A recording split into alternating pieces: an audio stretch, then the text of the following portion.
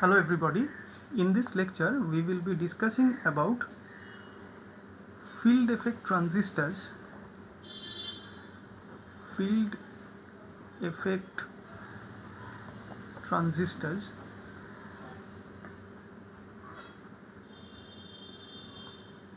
In short it is called FET. And in the last topic for different lectures on bipolar junction transistor, we have seen that bipolar transistor is basically such an electronic device which relies on relies on the movement of two types of charge carriers. One is free electrons and another is holes.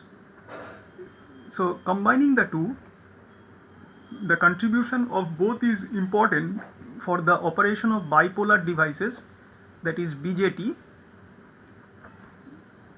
Bi means two and polar means oppositely polarized charge carriers. Mobile charge carriers are important for their operation. So this in this chapter we will be discussing about another type of transistor, which is nothing but field effect transistors or FET.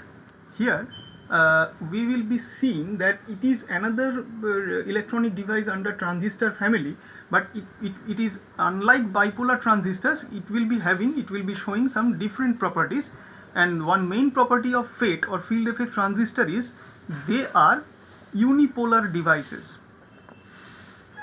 They are unipolar semiconductor devices. And why unipolar? Because only one type of mobile charge carrier, either free electron or hole, is primarily responsible for their operation. So that's why it is unipolar. So here comes a very big difference between the BJTs and the FETs. And in other words, we can say that the FET is a majority carrier device. So FET can be called as majority carrier device. Either its operation will depend absolutely on the movement of electrons or majority carrier device or holes. So the field effect transistor is a semiconductor device in which we will also see another important property of FET family devices or transistors, in which the output current is controlled by an electric field. So one important property is, we have seen that it is unipolar device, and another important property is the output current, or rather the output, we can say, of the device, it will be primarily controlled by an electric field that is being applied from the external side, from outside. So apart from only one type of carriers that is responsible, we are observing that another important property for FET, that is its output is controlled by an electric field. That means we can say its operation is controlled by an external electric field. So it can be called a field controlled device. So it can be called a field controlled device.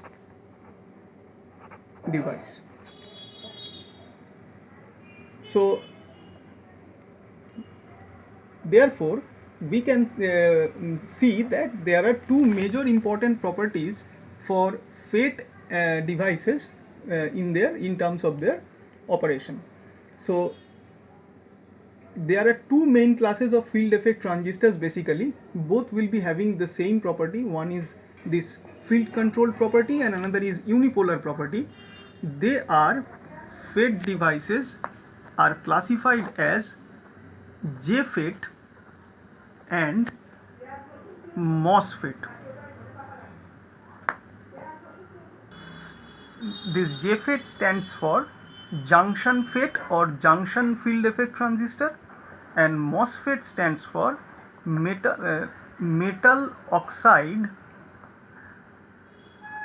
semiconductor FET or field effect transistor. This MOSFET can also be called IGFET. The full form is insulated gate field effect transistor, FET.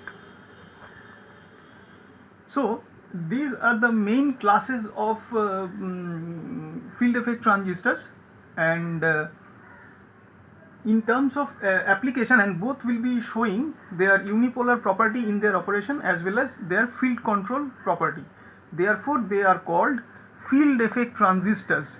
They comes under the family of category of field effect transistor. That means the effect of the external field will be very much responsible for their operation. So they are field controlled or field affected devices. They are called field effect. This is the most important term for their to understand their operation. So for most linear applications, the bipolar transistor is the preferred device for linear applications for which we have preferred their small signal operation, because small signal operation is always confined to the linear portion of the VI characteristic curve of the BJT, you know now. So for most of the linear applications, BJTs are preferred, but there are some linear applications where FET is better suited because of its high input impedance and other properties. This FET has a very important property of sometimes very high input impedance. Rather, MOSFET will be having more input impedance than JFET. So in a whole, FET has high input impedance. So for any device which is having high input impedance should be preferred in some of the linear applications where the FET is always preferred over the BJT because of their high input impedance and also some other advantageous properties. The FET is a preferred device for most switching applications also. For most switching applications, so one is linear application and another is switching applications, FET is the better device than BJT.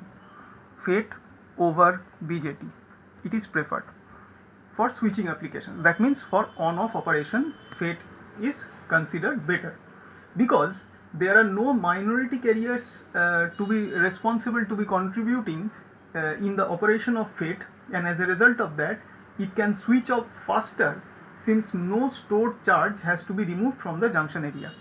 So as because there only one type of carrier movement and carrier storage and carrier removal from the junction area is required for the operation of FET. That means for switching what you need: carrier movement, storage and removal from the junction area.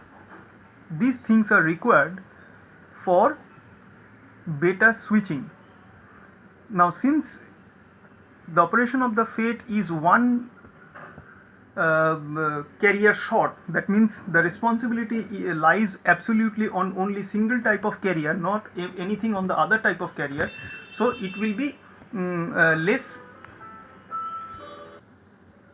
Okay, so for beta switching purpose, these facilities will be required, and since in the FET family of devices, these facilities will be easily applied, easily found, easily exercised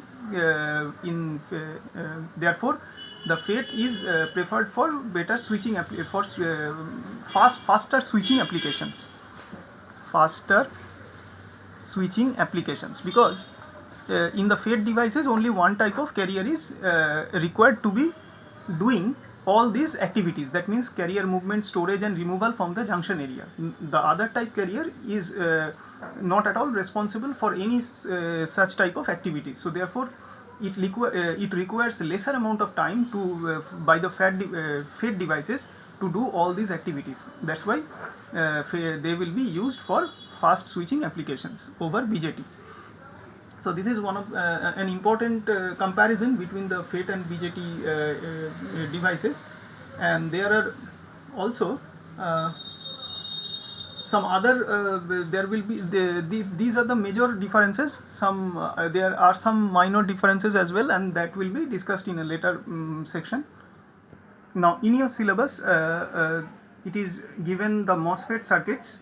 JFET is not actually there in your syllabus, so we will be now starting what is MOSFET. So first let us discuss about an introduction about MOSFET, and then we will be discussing about its construction. So the introduction, the basic introduction of MOSFET. This MOSFET has greater commercial importance than JFET. The junction FET, which is another family of JFET of a field effect transistor device, and over and above JFET, MOSFET is having more commercial importance, since MOS devices are suitable for very large scale integration. Probably you know what is very large scale integration. That is, it depends on integration of number of discrete devices on a single monolithic space, or monolithic rather substrate. So based on that, how many number of devices, how many number of discrete devices are actually getting integrated in a single monolithic substrate, that will count, that will indicate, that figure or that number will be giving you the particular technology of integration. And you know this term, it is very familiar technology, very VLSI.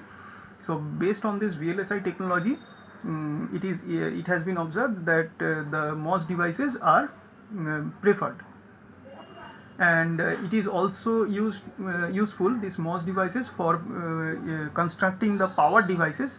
So power MOSFET and power devices construction is very useful with the help of these MOSFETs. And also this MOSFET is having two types basically. They are N type and P type. So two type of devices are there, basically N type and P type MOSFET.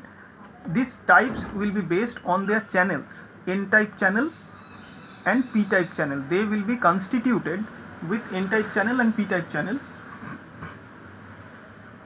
And also there is another classification of MOSFETs according to their operation. So this MOSFET, this classification is based on their channel property, or channel doping rather we can say, and another classification is based on their operation, MOSFET operation. It is one is actually one is depletion mode MOSFET or depletion type, another is enhancement type.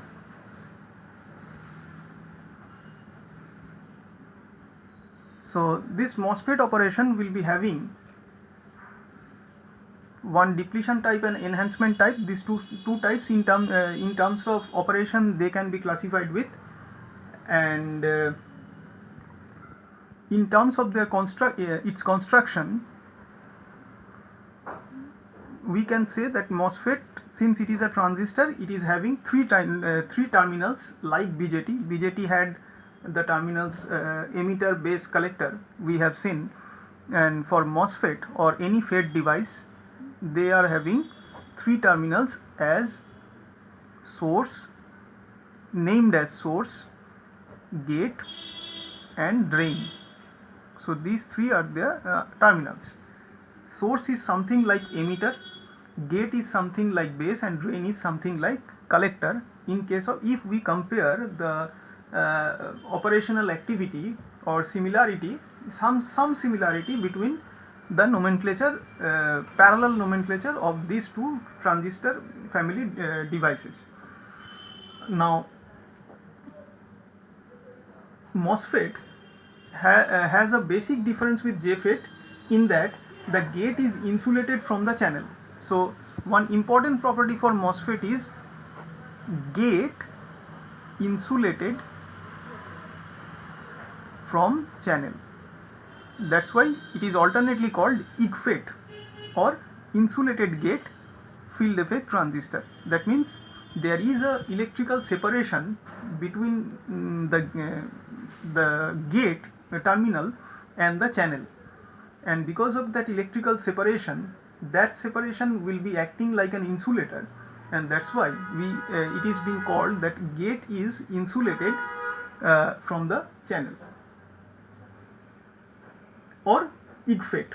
Its operation, its the nomenclature of such an operation is called IGFET. Now because of this insulation of gate from the channel,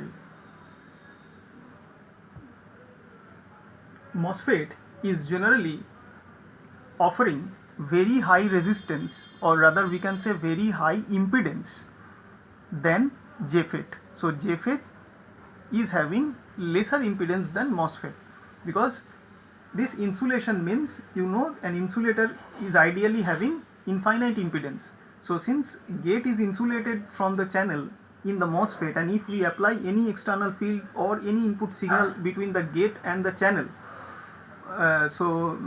thereby we can say that if that is being used as the input terminal between gate and source, so therefore we can say that the input impedance, because of this insulation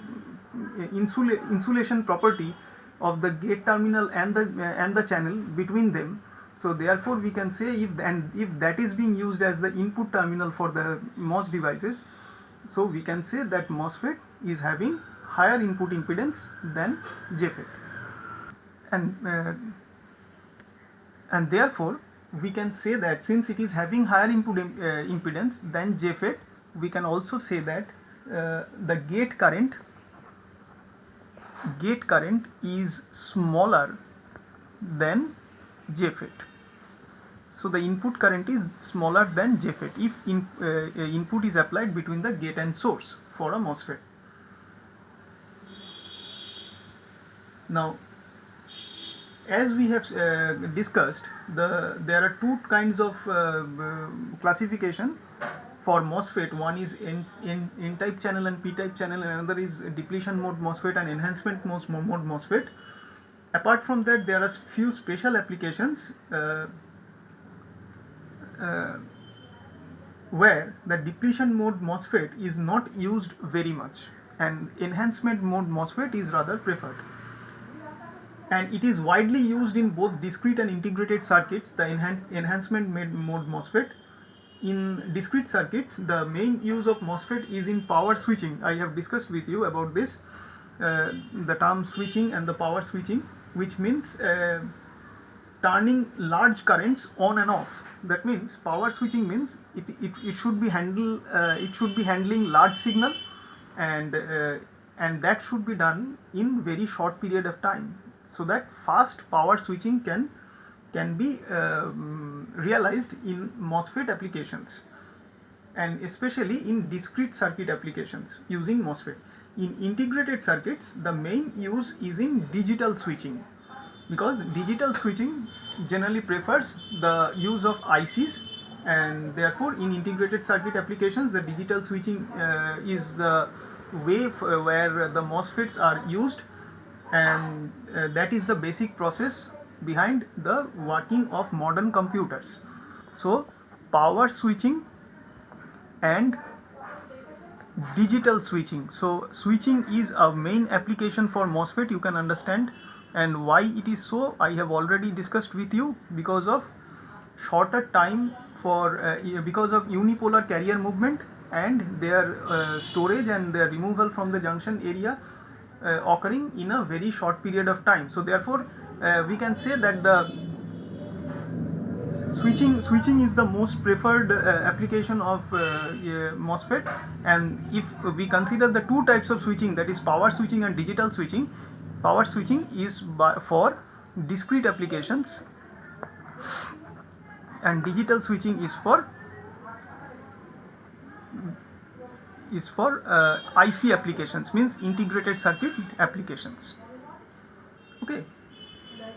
Okay, now let us move on to the construction of MOSFET. Construction.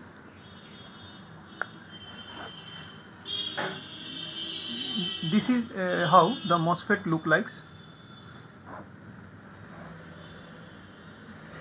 Here a P channel MOSFET is being shown, and in this case the P channel MOSFET consists of a lightly doped N-type substrate. So this is N-type substrate taken, which is very lightly doped, in which two heavily doped P regions denoted by P plus, heavily doped regions, heavy doping is denoted by plus sign with N or P.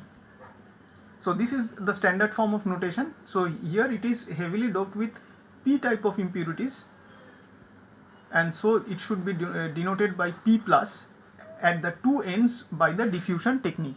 So at this, a window is created over here, another at here. At the two ends of the substrate, two windows are created and doped with, heavily doped with P type impurities at either ends of the substrate, and this is done by process of diffusion. These two P plus regions will serve as source and the drain respectively. So after doing proper metallization on these two layers, here at this layer and at this layer, metal leads are connected. One is like this, another is like this. This is termed as S, means source, this terminal, and this is termed as drain, denoted by D.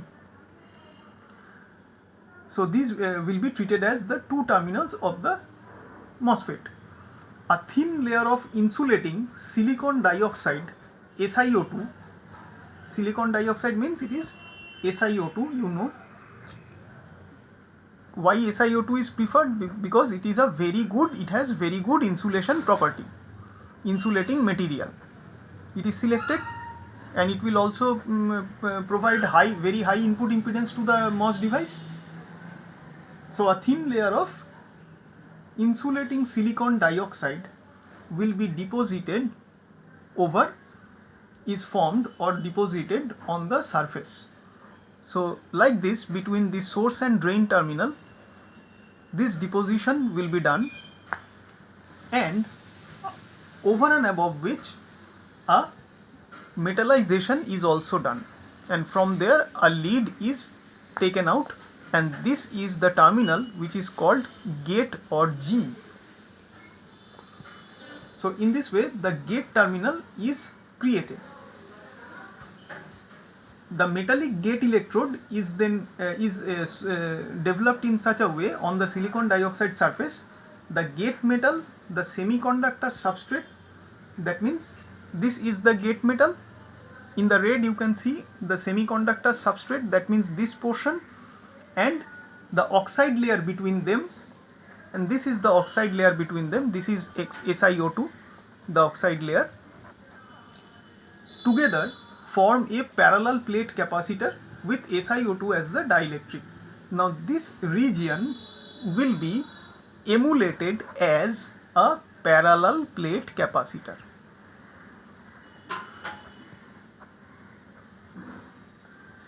Where one plate is connected or working as a gate terminal, another plate is the channel.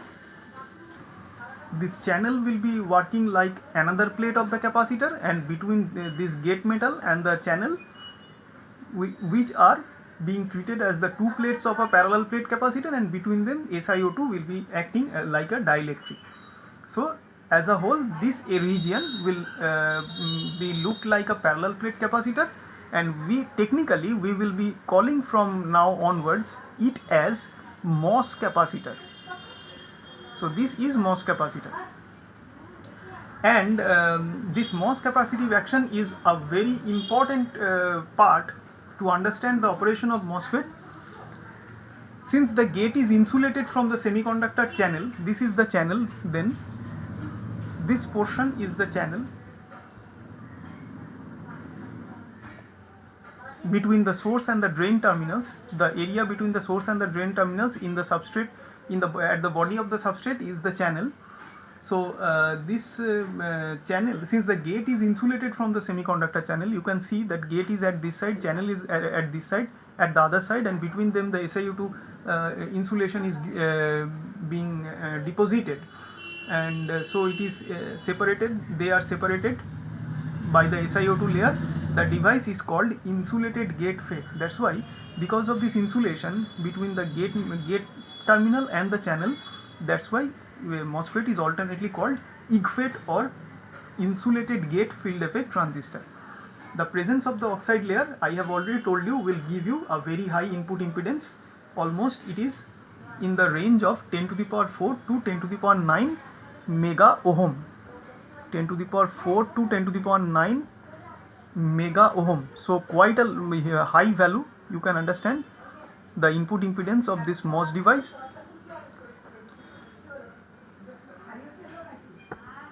And so this is the structure of N-type substrate, and you can see if this is the construction or the structure of rather we can say the p-channel MOSFET, and an N-channel MOSFET will also be having a similar structure, but the polarities will be different, because these two windows will be then doped with N plus impurities, that is heavily doped with N plus impurities, and this substrate will then be considered as a p-type substrate, and the source and drain will be the N-type impurities, N plus type impurities. So the structure will be look like this. This is p-type substrate, window at both the ends, heavily doped with N plus N-type impurities. This is the gate metal, and from there this is the gate terminal, this is source terminal, and this is drain terminal, and between them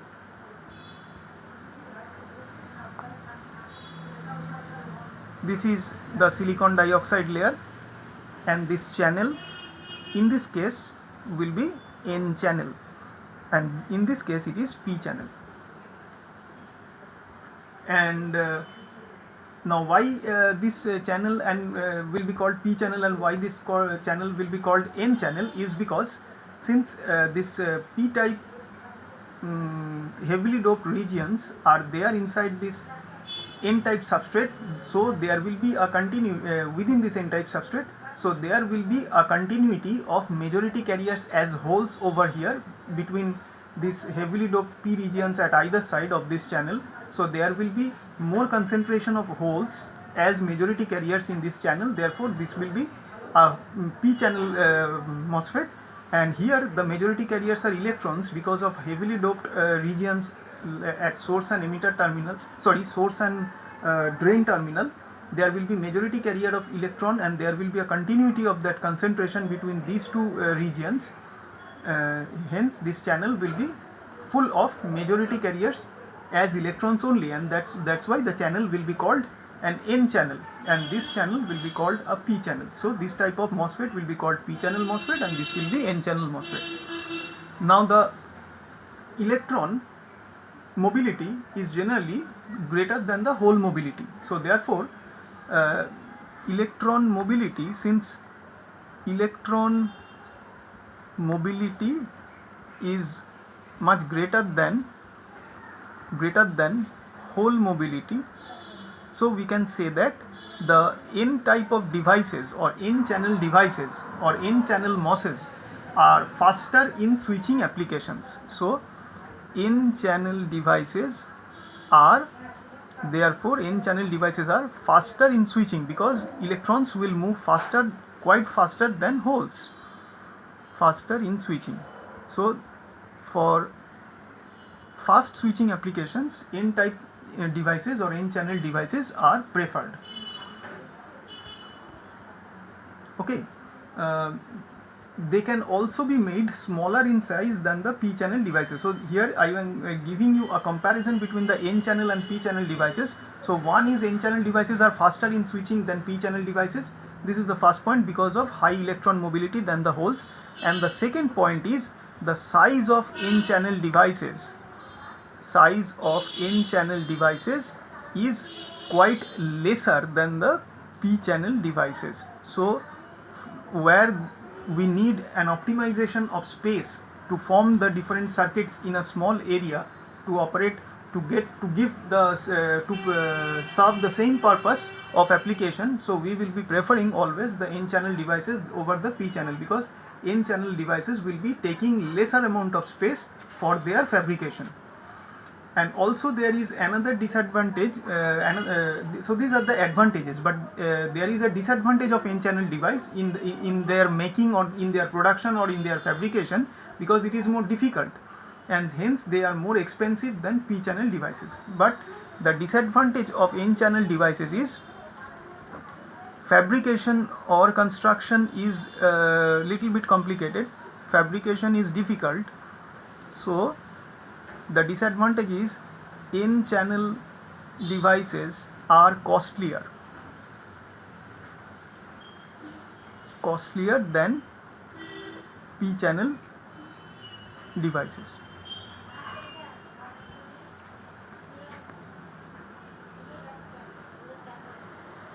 Now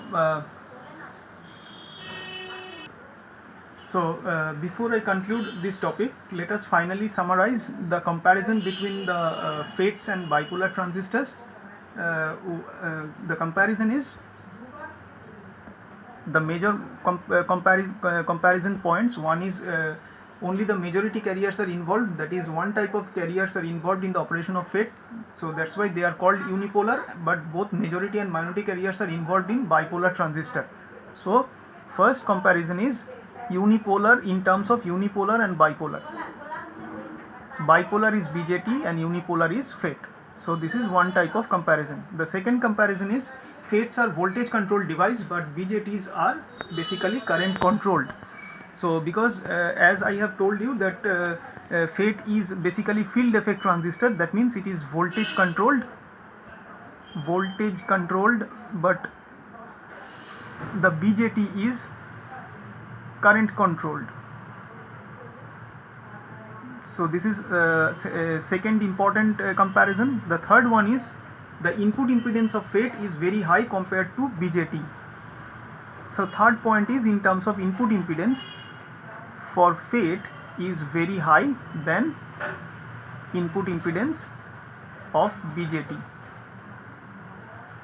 The fourth point is the fabrication of FET is simple. FET fabrication or making or construction, we can say, is simpler. The fifth point is FETs occupy less space in IC circuit configuration. So the fifth point is less space for FETs, by FETs for IC configuration.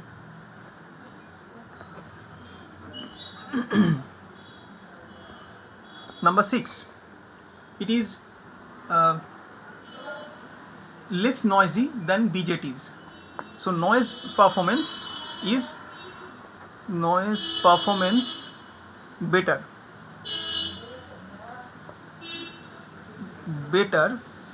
in FETs. Number 7, FETs do not show any offset voltage at zero drain current. FETs having no offset problem at zero drain current. We will see what is drain current later. So there will not be any unwanted current or voltage in FETs without of its proper reason at zero drain current. So this is, there will not be any offset problem in FETs. And in FET, the carriers move through the channel by the drift process. In a BJT, the carrier move through the base by process of diffusion. So mainly drift is predominant for carrier movement in FETs, because you know drift happens to be there in under the effect of the field, and FET is a field effect transistor. So here the process of drift is predominant in FETs, but in BJTs process of diffusion is predominant, because there the doping profile is important for the carrier movement in BJTs. Now, as drift is faster than diffusion, FETs can be used at higher frequencies and high speed switching applications. So because of this drifting concept, so therefore high frequency and switching applications, for these applications FETs are preferred. FETs are preferred because of carrier movement by the process of drifting, not by the diffusion, because diffusion is a slow process than drift, you know. The power gain of FETs is much larger than BJTs. Power gain of FET greater than BJTs, especially at audio frequencies, that means generally at low frequencies. FETs are thermally more stable than BJTs. Point number 10 is FETs thermally stable. That means we can, in other words, we can call they are less thermally sensitive, thermally stable than BJT. And another last point is FETs are primarily square law or linear devices, and so the intermodulation and cross modulation products are much smaller than BJTs. Primarily FETs are square law or linear device. Square law or linear device. Intermodulation and cross modulation products, I have already told you, these are less. So therefore inter and cross modulation products are small than BJTs.